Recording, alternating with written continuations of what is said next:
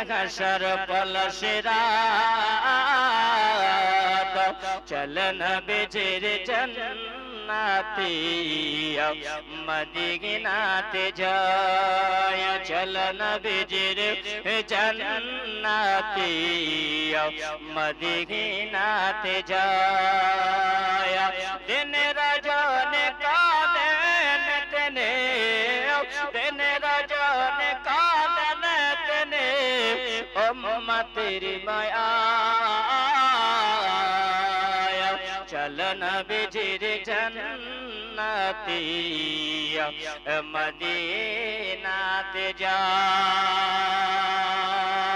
আল্লাহর নবী সারকুল্লাহ তিনি বলেন এ জগৎবাসীরা তোমরা শুনে রাখো তোমরা জেনে রাখো আমি আলাইহিস সালাম তোমাদেরকে জানাইয়া দিই আমার নবী পৃথিবীতে আসবেন যিনি হবেন আমারও নবী জোরে বলুন সুবহানাল্লাহ এ মুসলমান তিনি বলেন এ জগৎবাসীরা তোমরা শুনে রাখো তোমরা জেনে রাখো আমার কালমা গুলো আমার উম্মতের কালমা গুলো লা ইলাহা ইল্লাল্লাহ ঈসা রুহুল্লাহ আর আমি নবী ঈসা নবী জানাইয়া দিলাম আমার কালমা গুলো লা ইলাহা ইল্লাল্লাহ মুহাম্মাদুর রাসূলুল্লাহ তোমরা ওই নবীর কালমা যদি পড়নে वाला হও ওই নবীর কালমা যদি পড়ে নাও ওই নবী যদি তোমরা দিদা যদি পেয়ে যাও ওই নবীর নসিব যদি হয়ে যায় ওই নবীর কালমা যদি তোমার নসিবে যদি জুটে যায় তাহলে তোমরা জান্নাতের হকদার হয়ে যাবে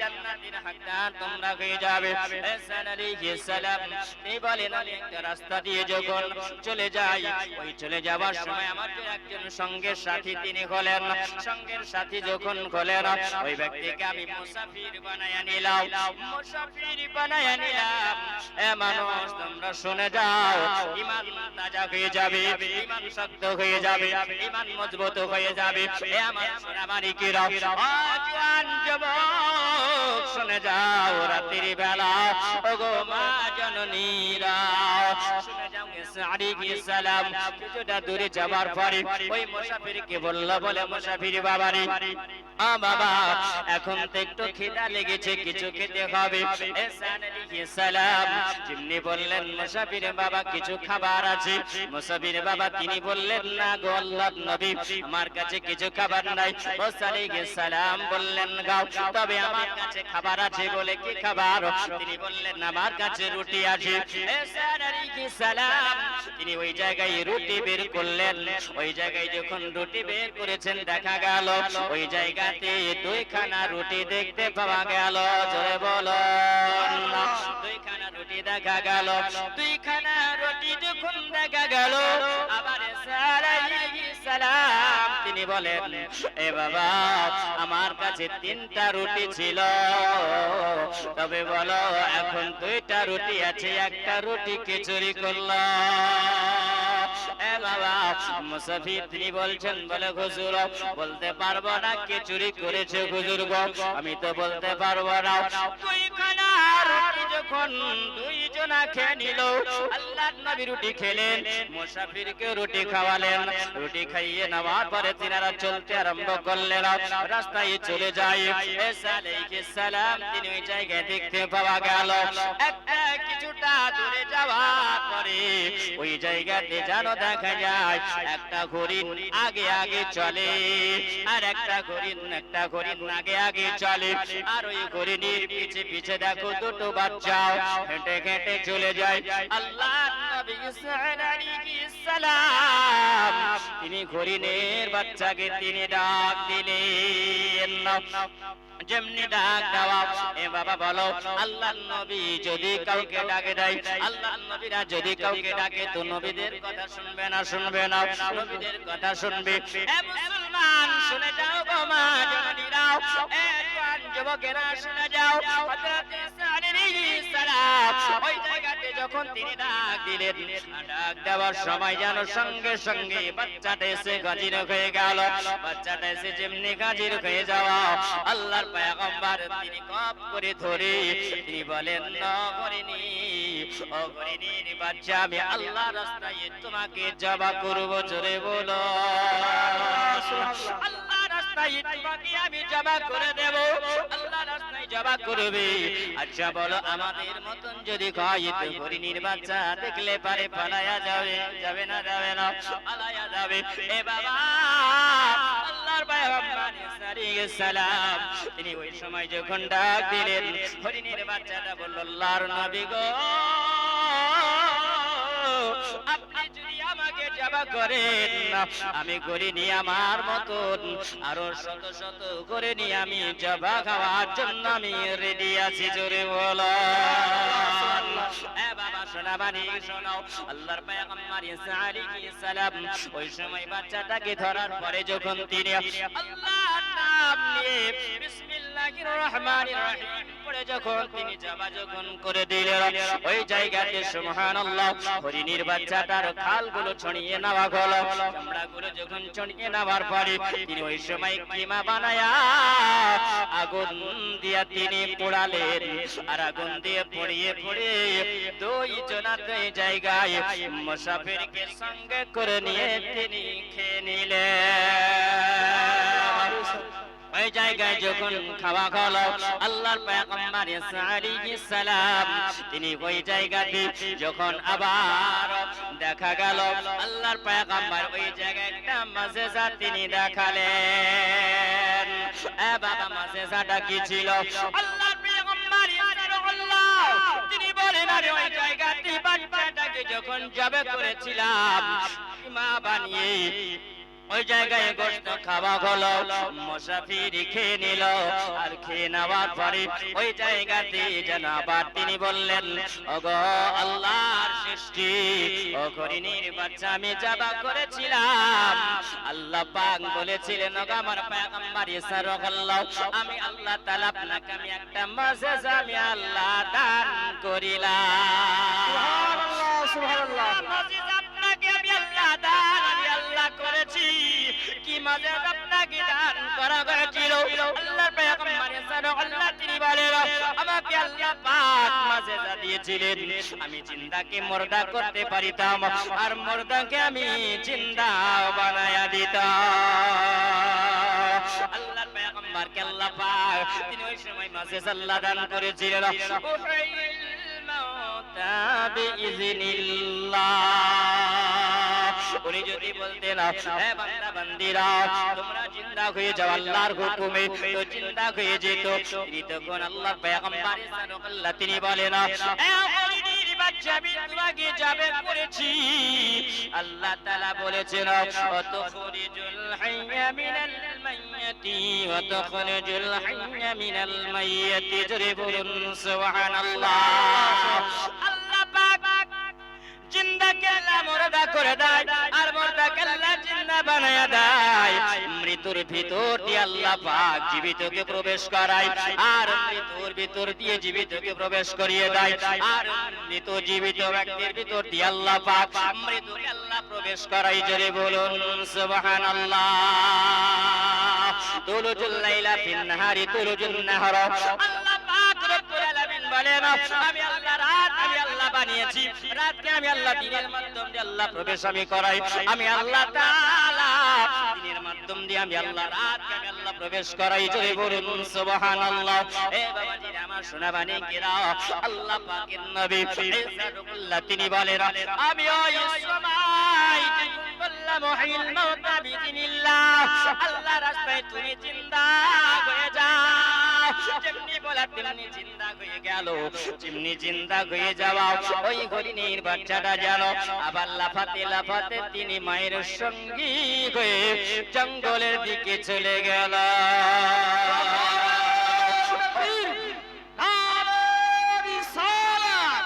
মাসলাকে আলা হযরত জীবনী বান্দা হাফেজ কারি আব্দুল আহাদ সাহেব, নারে তাকবীর। এ বাবাজিরা আমার সোনা বাড়িকেরাও শুনে যাও গো মা খালা, রাতের বেলা আল্লাহর পয়গম্বর ঈসা রাদিয়াল্লাহু তিনি বলেন, ওই সময় যখন জিন্দা করলাম ওই বাচ্চাটা যেন চলতে আরম্ভ করেছে। ওই মুসাফির দেখতে পেল আল্লাহর পয়গম্বর একটা হরিণীর বাচ্চাকে তিনি জিন্দা করলেন। আবার তিনি যখন যাবে করে দেওয়ার পরে গোশত বানালেন, গোশত বানিয়ে একই সঙ্গে আমরা খেয়ে নিলাম। আবার দেখলাম তিনি জিন্দাও বানালেন, তিনি জিন্দাও করলেন। ওই সময় যখন জিন্দা করলেন, ওই মুসাফির দেখলো আল্লাহর পয়গম্বর সাল্লাল্লাহু, তিনি বলেন মুসাফির বাবা রে, বলো বলো বলো, আমি যে রুটি নিয়ে এসেছিলাম ওই রুটিটাকে চুরি করেছে। কে রুটি চুরি করেছে? ওই মুসাফির বলল, বলো হুজুর বলতে পারবো না।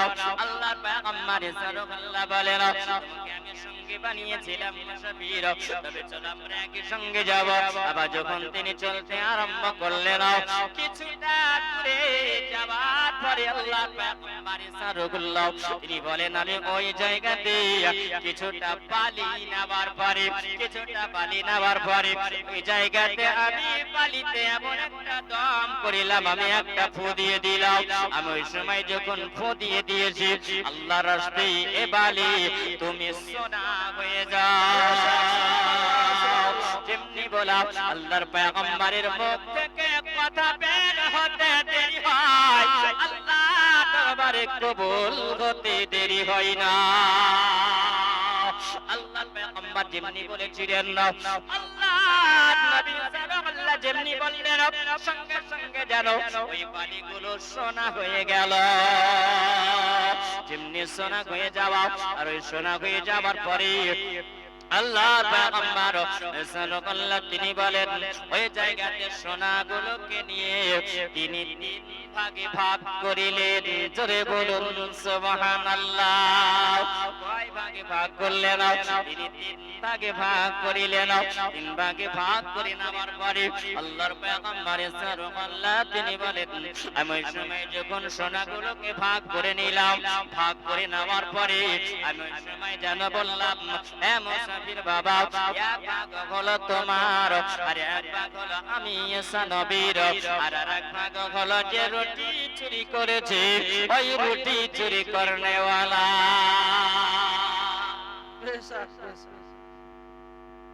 রুটি চুরি করনেওয়ালা তিনি মুসাফির, তিনি বলছেন, এ বাবা, ও আল্লাহর পয়গম্বর, যিনি রুটি চুরি করেছেন তিনি তো এখানে না, তাহলে যে রুটি চুরি করেছে সেই মানুষটাকে তো চিনি না, সেই মানুষটাকে তো দেখি না, তাহলে বলো ওই মানুষটা কেমন করে সোনার ভাগীদার হতে পারে? ওই মানুষটা সোনা কেমন করে নিতে পারে? আল্লাহর পয়গম্বর সাল্লাল্লাহু তিনি বলেন, আমি জানতাম কে চুরি করেছে। এবার তোমাদের ঈমান পরীক্ষা করার জন্য আমি আল্লাহর পয়গম্বর সাল্লাল্লাহু এই জায়গাতে আমি মুজিজা দেখালাম। জোরে বলুন সুবহানাল্লাহ। এ মুসলমান সোনামানি জওয়ান যুবকেরা খেয়াল করো, ওকামা জননীরা খেয়াল করো, মাও ঈমান কেমন জিনিস, আর ঈমান কেমন করে তুমি রাখবে? আল্লাহর নবী সাল্লাল্লাহু আলাইহি ওয়াসাল্লাম বলেছেন, ঈমান যদি বাঁচাতে হয় তাহলে তোমরা জবান সামাল দিয়ে দাও। এ বাবা সোনাবানি কিরাও, এ যুবকেরা শোনো, যেমনি আমার আল্লাহর পয়গম্বর সাল্লাল্লাহু তিনি তিন ভাগে ভাগ যখন তিনি করলেন, তিনি বললেন আমার হলো এক ভাগ, হে মুসাফির তোমার হলো এক ভাগ, আর এক ভাগ যিনি হলেন তিনি হলেন সুবহানাল্লাহ। নারে তাকবীর, নারে রিসালাত, মুস্তাক আলা হযরত 1000 টাকার দাতা বিনামে তিনি দিয়েছেন। এ বাবা সোনাবানি কিরাও, শুনে যাও গো মা খালা রাতের বেলা দিবা। এ যুবক, ওই যুবকটা মুসাফির বলতে লাগলো, যখন দেখা হলো মুসাফির মনে মনে চিন্তা করে, ও আল্লাহর পয়গম্বর রুটি চুরি করনেওয়ালা কেউ নয়, রুটি চুরি যদি করেছে তো আমার সামনে জেনে দাঁড়িয়ে আছেন না, তিনি বলেন মুসাফির আমি রুটিটা চুরি করেছিলাম। এ বাবা আল্লাহ তিনি বলেন, এ মুসাফির বাবা রে, তোমাকে আমি দেখালাম হরিণ জবাই করিলাম, তোমার সামনে আমি জবাই করার পরে গোশত বানালাম, গোশত খাওয়ালাম, তুমি দেখতে পেলে, আমি আবার ওই হরিণটাকে চিন্তা করিলাম, বলো তুমি আল্লাহর পয়গম্বরের সামনে এত বড় কথা মিথ্যা কথা লুকিয়ে রেখেছিলে। এ বাবা মুসাফির বলো, তুমি এত বড় জিন্দা মাজেদা তুমি দেখলে, জিন্দা মাজেদা দেখার পরও বাবা তুমি আজকে দেখো লুকিয়ে রেখেছিলে। আজকে যখন আমি সোনা বানালাম, আর সোনা বানার পরে বাবা তুমি লোভ লালচাই পরে তুমি সত্য কথাটা বলেছ। এ বাবা তোমার দুনিয়ার সঙ্গে লোভ লালচাই পড়ে আসো। এ বাবা তুমি দুনিয়ার লোভে পড়ে আসো। এ বাবা শোনো, এখন থেকে নিয়ে আমি করে দিলাম, তোমাকে সঙ্গী বানিয়েছিলাম, তুমি আমার সঙ্গে মুসাফির হয়েছিলে বাবা। এ বাবা শুনে যাও, যখন তুমি লোভ লালচাই পড়েছো বাবা, আমি নবী পয়গম্বর সাদকাল্লাহ, আমার সোনার কোনো প্রয়োজন নাই। আচ্ছা বলো, নবীদের কোন অট্টালিকার দরকার আছে? নবীদের কোন টাকার দরকার? নবীদের কোন ব্যাংক ব্যালেন্সের দরকার? এ মুসলমান, আল্লাহর পয়গম্বর সাদকাল্লাহ তিনি বললেন, এ বাবা মুসাফির, আমি তোমাকে জানিয়ে দিলাম, আমি তোমাকে বলে দিলাম, শুনে রাখো, তুমি জেনে রেখে দাও। এ বাবা আমি নবী, সোনার দরকার নাই, তবে শোনো, আমি যে সোনাটা রেখেছিলাম রুটি চুরির জন্য, আমি পয়গম্বর এটা পরীক্ষা করার জন্য আমি আল্লাহর নবী সাদকাল্লাহ, আমি বালিতে ফু দিয়ে সোনা বানিয়েছিলাম, আমি সোনা বানিয়েছিলাম। এ বাবা তুমি সব সোনা নাও, কারণ তুমি হলে এক মুসাফির, আর একদিকে হলে তুমি চোর। এ যুবক শুনে যাও, আমার নবী মুস্তাফা হযরত সালিহ সালাম তিনি বললেন, বাবারে আজকে তুমি বলে এক আমার সঙ্গে মুসাফির হয়েছিলে, আর তুমি লোভ লালসা রুখতে পারো না। আমি আল্লাহর পয়গম্বর সাল্লাল্লাহু তোমাকে জানিয়ে দিলাম, তুমি এক মুসাফির ছিলে, আর আজকে তোমাকে পরীক্ষা করার জন্য আমি এই জায়গাতে সোনাকে, আমি বালিকে, আমি আল্লাহর নবী সোনা আমি বানায়া দিলাম। আর সোনা যখন বানায়া দিলাম, আর চোরের পরীক্ষা তুমি চোর পরিচয়টা দিয়ে দিয়েছো। এ নাও চোরের এক ভাগ তুমি সোনা নিয়ে যাও, আর এক ভাগ তোমাকে দিয়ে দিলাম, তুমি মুসাফির হয়ে আর এক ভাগ তুমি পেয়ে নিলাম। আমি সাদকাল্লাহ সোনার কোনো দরকার নয়, এই সোনাটা আমি তোমাকে দিয়ে দিলাম, তবে মুসাফির শুনে রাখো, এ শুনে মুসাফির জেনে রাখো, এখন থেকে তোমার সঙ্গে আমার সফর আর হবে না, তোমার সঙ্গে সফর আমার আলাদা হয়ে গেল, তোমার রাস্তায় তুমি চলে যাও, আমি নবী আমার রাস্তায় আমি চলে যাব। আমার সম্পর্ক থাকবে না, তোমার রাস্তায় তুমি যাবে, আমার রাস্তায় আমি চলে যাব। কারণ মুসলমান এমন দুনিয়া এসেছি বাবা, আজকে শুনে যাও গো মা খালাও, কারণ এই জন্য বলি গো মা, এই জন্য বলি গো মা, ইমানটাকে কঠিন হয়ে যাবে মা। কচুর পাতায় যদি তুমি পানি দিয়ে দাও, ওই কচুর পাতাতে কি পানি দাঁড়াবে? এ বাবা পানি দাঁড়াবে না, তোমার ইমানটা ওইরকম হয়ে যাবে বাবা রে। এই দুনিয়ার লালন, এই দুনিয়ার মহাব্বতে তুমি যদি পড়ে যাও রে বাবা, এই দুনিয়ার মহাব্বত তোমার, দুনিয়া তোমাকে শেষ করে দিবে, কারণ দুনিয়া তোমার আপন নয়, এই দুনিয়া তোমার আপন নয়, এই দুনিয়া গুলো মিথ্যা, এই দুনিয়াকে তুমি আপন বানায়ো না। যিনি তোমার হবে গো আপন, তিনি হবেন আমার কলি কমনি বলা গাও জনাবে মুহাম্মদুর রাসূলুল্লাহ। তুমি যদি নবী মানা যদি হও, এই নবীর আশিক যদি হও, তোমার কবর ভালো হবে, তোমার হাসর ভালো হবে, তোমার মিজান ভালো হবে, তোমার পুলসিরাত ভালো হবে, তুমি যদি নবী ওয়ালা হয়ে যাও। এ বাবা ওইখান থেকে যখন সাদকাল্লাহ রাস্তা যখন ভাগ হয়ে গেল, উনি বললেন যে সোনাগুলো নিয়ে পকেটে ভরে নিও, তিনি মনের আনন্দতে চলতে আছে। এ বাবা বলো, কার সোনা পেলে পারে মনে আনন্দ হবে না? বলেন, সোনা যার আছে তার মহব্বত আছে না নাই? বাবা আপনার পকেটে যদি 10,000 টাকা যদি থাকে, আপনার মনে আনন্দ হবে না হবে না? এ বাবা আপনার ব্যাংক ব্যালেন্স যদি থাকে বাবা, তাহলে আপনার ভালো হবে না হবে? আপনাকে ভালো লাগবে না লাগবে না? আপনাকে ভালো লাগবে, আপনার মনে আনন্দ হবে। এ বাবা রে শুনে যা, আমার নবী বলেছে দুনিয়া গো সিজনুল মুমিনিন জান্নাতুল কাফিরা। এ বাবা শুনো, যারা দুনিয়াকে মহব্বত করে নিয়ে এই দুনিয়াকে ভালোবেসে নিবে, আল্লাহর নবী বলেছেন তাদের জন্য এই দুনিয়াটা হবে আরামের জায়গা। এ বাবা রে যদি দুনিয়াকে মহব্বত যদি করো, তুই বাবা এটা তোমার জন্য আরামি জায়গা। এ বাবা না না না, শুনে যাও গো মা জননী, এ জান যুবকেরাও, দুনিয়ার মহব্বত যে করনে वाला হবে, এই দুনিয়া মহব্বত যদি তুমি করো বাবারে, তাহলে তোমার দুনিয়াটা হবে আরামের জন্য। ও বাবা তুমি যদি আখিরাতকে যদি ভাবো, ও বাবা তাহলে শুনে যাও গো, তোমার এই দুনিয়াটা হবে তোমার জন্য কয়েদখানা। এই জন্য তো কবি বলে, এ বাবারা, দুনিয়ার ব্যক্তি যারা মোহাম্মদ করনে वाला হবে, তাদের জন্য ভালো হবে না, তাদের জন্য খারাপ হবে। এ বাবারে, তুমি যদি দুনিয়ার মোহাম্মত না করো, তুমি যদি আল্লাহ রাসূলের প্রেমে মজে যাও, আমার নবীর সঙ্গে প্রেম যদি করো, আল্লাহর প্রেমে যদি তুমি পড়ে যাও, এ বাবা তাহলে তোমার আখিরাতটা ভালো হয়ে যাবে। সুবহানাল্লাহ সুবহানাল্লাহ। এই জন্য কবি বলেন, কোন कहता है মুমিন মর গয়া, এ বাবা শোনো, মুমিন কোন সময় মরে না, মুমিনেরা মরে না, মরে না। এই জন্য বলেন, কোন कहता है মুমিন মর গয়া, কয়েদ अपना घर छोड़कर, কয়েদ छोड़कर अपना घर गया। জেনে বলুন সুবহানাল্লাহ। এ বাবা রে, মুমিন মরে না, এ মুমিনেরা দুনিয়া ছেড়ে চলে যায়, এই জেলখানা থেকে তারা বিদায় নিয়ে চলে যায়। তাই চলে যায় বাবা, তারা চলে যায় ওই কবরে, আপন ঘরে তারা চলে যায়। জোরে বলুন সুবহানাল্লাহ।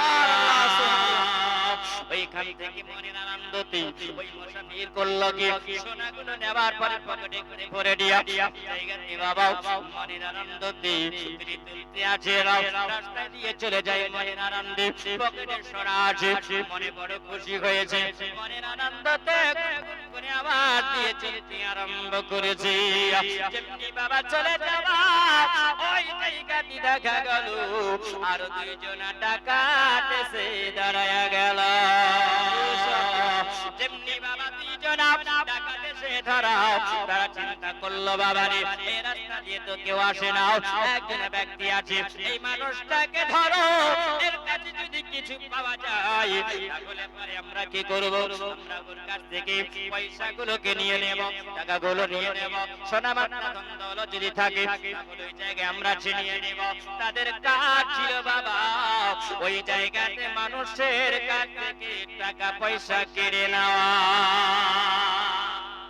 ডাকাতের কাজ কি বাবা? ডাকাতের কাজ হলো রাস্তায় মানুষকে দেখলে পারে, তারা ওই সময় ধরে গাছের সঙ্গে বেঁধে, ঘুমের সঙ্গে বেঁধে, বিড়ালের সঙ্গে তারা বেঁধে, ওই সময় তাদের কাছ থেকে কিছু টাকা পয়সাকে নিয়ে নেওয়া, ওটাই হলো তাদের কাজ। তারা বললে কি মানুষটাকে ধরো, যেমনি বাবার সামনে আসা, ওই সময় জানো বাবারে তাকে গপ করে ধরে নেবার পরে উনি বলতেছেন, বাবা তোমরা কে গো? আমরা আমি তো তোমাদেরকে চিনি না। তারা বলছে, বলো তোমার কাছে কি আছে তুমি বলো, টাকা আছে না পয়সা আছে, তোমার কাছে কি আছে তুমি বলো। উনি বলছেন, বাবা তোমরা কে বলো? বলছেন, বাবারে আমরা এই রাস্তাতে দাঁড়িয়ে থাকি, আমরা যে মানুষেরা রাস্তা দিয়ে যায় এই মানুষেরাকে ধরে আমরা টাকা পয়সা গুলো আমরা চিন্তাই করে নিই, এটা হলো আমাদের পেশা, এটা হলো আমাদের কর্ম। তখন বলতেছেন, বাবা আমি তো একজন চোর, আমি মিথ্যা কথা বলবো না, তবে সরো তোমার কাছে কি মাল আছে তুমি না বলো, তুমি বলে দাও। তখন ওই মানুষটা বলছেন, বাবারে আমি মিথ্যা কথা বলবো না, সত্য কথা বলবো, মনে মনে চিন্তা করছি। চিন্তা করে বলে, এ বাবা শোনো, তুমি যদি আমাদেরকে যদি না বলো, এই যে দেখতে পাওয়া যায় চাকু দেখতে পাও, এই জায়গায় পয়সা দেখতে পাও, ফসল দেখতে পাওয়া যায়, এই চাকু দিয়ে তোমাকে শেষ করে দিও। বলছে, বলে বাবা শোনাও, আমি মিথ্যা কথা বলবো না বাবারে, আমার কাছে একটা নয় দুইটা নয়, আমার কাছে তিনটা সোনার টুকরা আছে। জোরে বলুন সুবহানাল্লাহ সুবহানাল্লাহ। মানিকেরাও শুনে যাও গো মা জননী গো রাতের বেলা, দেখো গো আমার জীবন মুসলমান দিন দরদি, জৈসা করনি ওইসা ভরনি।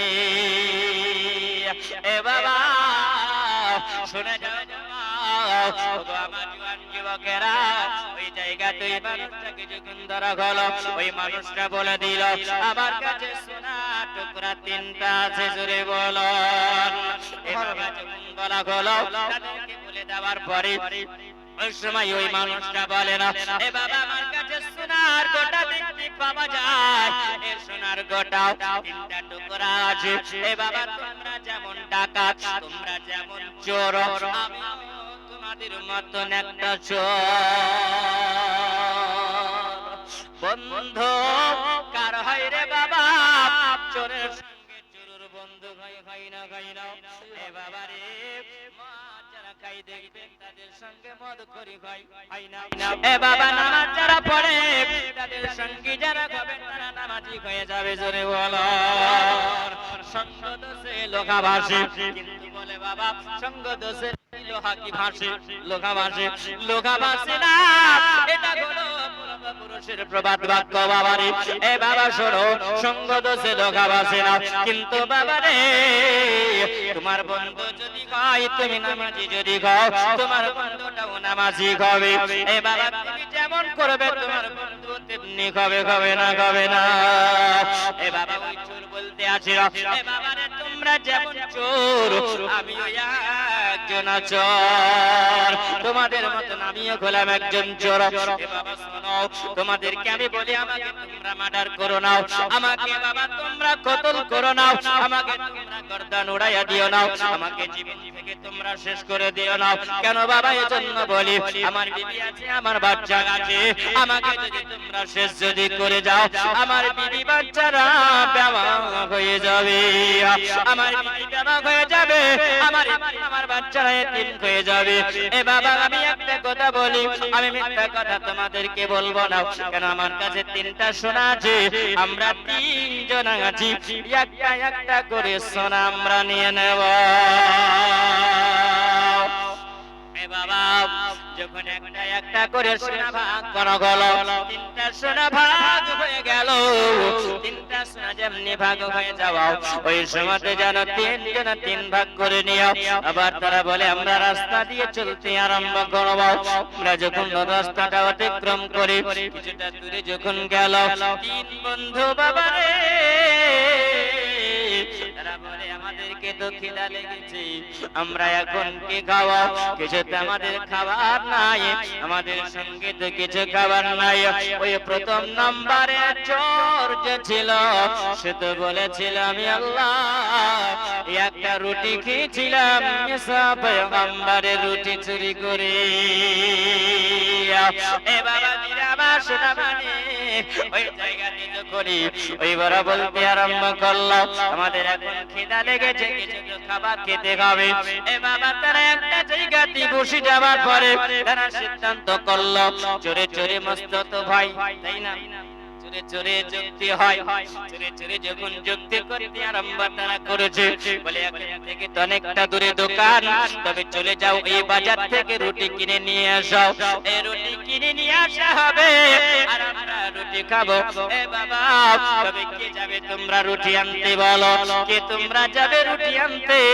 তখন একজন ব্যক্তি বলল, তোমরা 2 জন এই জায়গায় বসে যাও, আমি যাব রুটি নিয়ে আসবো। আর 3 জন মনের আনন্দে রুটি খেয়ে আমরা সোনা নিয়ে মনের আনন্দে বাড়ি যাব। এ বাবা যখন 3 জনায় যুক্তি হয়ে গেল, 2 জনা বসে গেল ওই জায়গায় আরামের জন্য, আর একজনা গেল রুটি আনার জন্য। বাবারে রুটি আনার জন্য যখন গেল, ওই রুটি আনতে গিয়া রাস্তার মাঝামাঝিতে তার মগজকে ধোলাই করার জন্য রাহুল 500 টাকা দিয়েছে।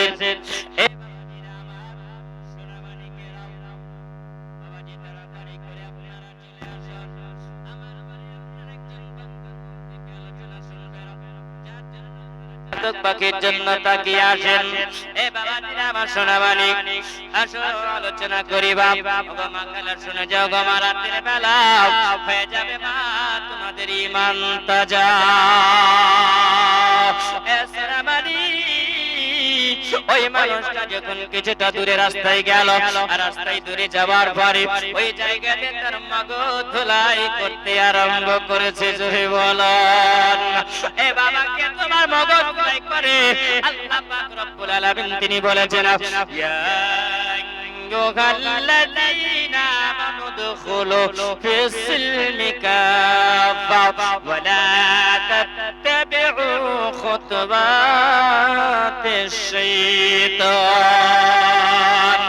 ইন্নাহু লাকুম আদুউম মুবিন।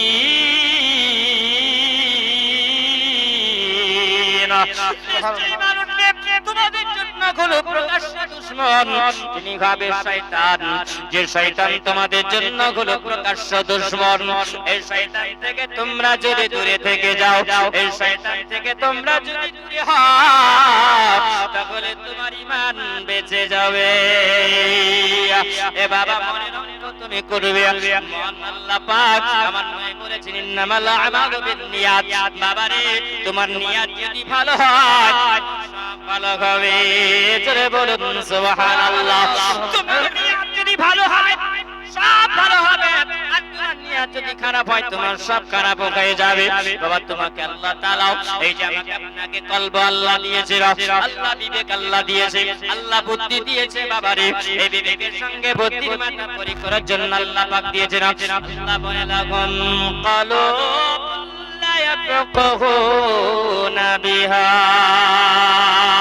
আমি আল্লাহ তাআলা তোমাদের বামেস্তার আমি আল্লাহ, এমন আল্লাহ আমি আল্লাহ বিবেকারী আল্লাহ দিয়েছি।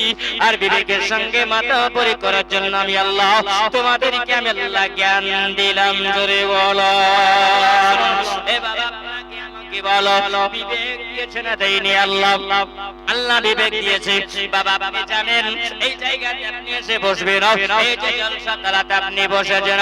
আচ্ছা বলুন এই জলসা তালাতে এসে যখন আপনি মাওলানাদের মুখ থেকে আলোচনা বাবা আপনি শুনবেন, আচ্ছা বলো বাবা এই আলোচনাটা আপনার মনে কি বলে, ভালো না খারাপ আপনি বলবেন? বাবা ভালো না খারাপ আপনি বলবেন মাওলানা এটা ভালো, এই জায়গাতে আসলে তো নাকি পাওয়া যায়। এ বাবা আপনি যদি জলসা তালা থেকে মেলা তালাতে গিয়ে গান তালাতে গিয়ে যদি আপনি বসেন, আপনার বিবেক বলে ওই জায়গাতে রহমত হয় না জাহামত হবে। এ বাবা আপনার বিবেকটা যদি এইরকম হয়, আল্লাহ পাক রব্বুল আলামিন বলেন মাইয়াগাদিল্লাহু ফাহুয়াল মুহতাদি। আমি আল্লাহ তাআলা এক শ্রেণী মানুষদেরকে আমি আল্লাহ প্রাপ্ত আমি আল্লাহ করব, আমি আল্লাহ প্রাপ্ত আমি আল্লাহ বানাবো। আর এক শ্রেণী মানুষদেরকে আমি আল্লাহ আমাইয়াদুলিল্লাহ ফাউলাইকা হুমুল খাসিরুন। আমি আল্লাহ তাআলা এক শ্রেণী মানুষদেরকে আমি আল্লাহ কষ্ট আমি আল্লাহ বানায়া দিই। ওই ব্যক্তিরা কষ্ট হয়ে যায়। বাবা তোমার নিয়ত যদি ভালো হয় তোমার সব ভালো হবে, তোমার নিয়ত যদি খারাপ হয় তো সব খারাপ হয়ে যাবে। এ বাবা আমার সোনা মানিকেরাও বোঝার জন্য বলি গো মা, ওগো আমার মা জননীরাও, ওগো আমার আম্মাজিরাও, ওগো আমার সোনা মানিক বন্ধুরাও, এই যুবকেরা শুনে যাও রাতের বেলা তোমাদের ঈমান হয়ে যাবে তাজা। কারণ ওই বান্দা আল্লাহর ওই বান্দাও ওই সময়তে মনে মনে চিন্তা করলো শয়তান এসে তার মগজটাকে ধুলাই করতে আরম্ভ করেছে। বলছে বাবা রে শোনা যাও, এই যে তুমি চলে যাও বাজারে রুটি আনার জন্য, তবে রুটি আনতে তুমি যাবে, তবে শুনে রাখো ওই জায়গায় তুমি রুটি আনতে যাবে, তোমার তো সোনা ছিল ওই জায়গাতে তিনটা সোনা ছিল, তোমরা তিনজনাতে ভাগ করে একটা করে ভাগ করে তোমরা নিয়েছো। এ বাবা শোনো, তোমরা ওই জায়গায় সোনা যখন ভাগ হয়ে গেছে, তবে তোমাকে একটা আমি যুক্তি দিই, এই যুক্তিটা যদি তুমি কাজে লাগাও, এই কৌশলটা যদি তুমি কাজে লাগাতে পারো বাবা, তাহলে ওই সোনার ভাগীদার তুমি সব হয়ে যাবে। এ বাবা শয়তানের মন্তব্য বড় কঠিন। শয়তান এমন একটা জিনিস তোমাকে এমন পথ কষ্ট করবে, তোমাকে বাঁচিয়ে রাখবে না, তোমার ঈমান ধ্বংস করে দিবে। বাতাসের টানে টানে কোকিলের গানে গানে, বাতাসের টানে টানে কোকিলের গানে গানে, ভাসে শুধু তোমার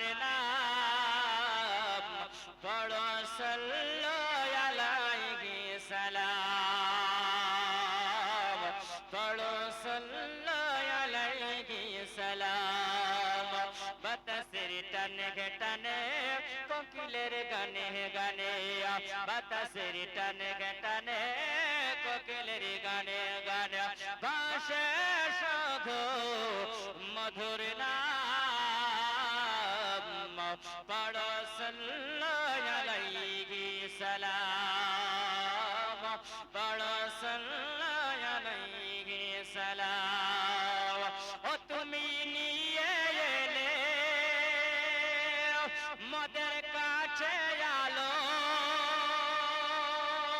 ও তুমি নিয়ে এলে মদের কাছে তাকবীর নারে রিসালাত জীবনী বক্তা মুফতি মাওলানা মোহাম্মদ মতিউর রহমান সাহেব নারে তাকবীর নারে রিসালাত ইয়া রাসূলুল্লাহ সাল্লাল্লাহু আলাইহি ওয়াসাল্লাম ও তুমি নিয়ে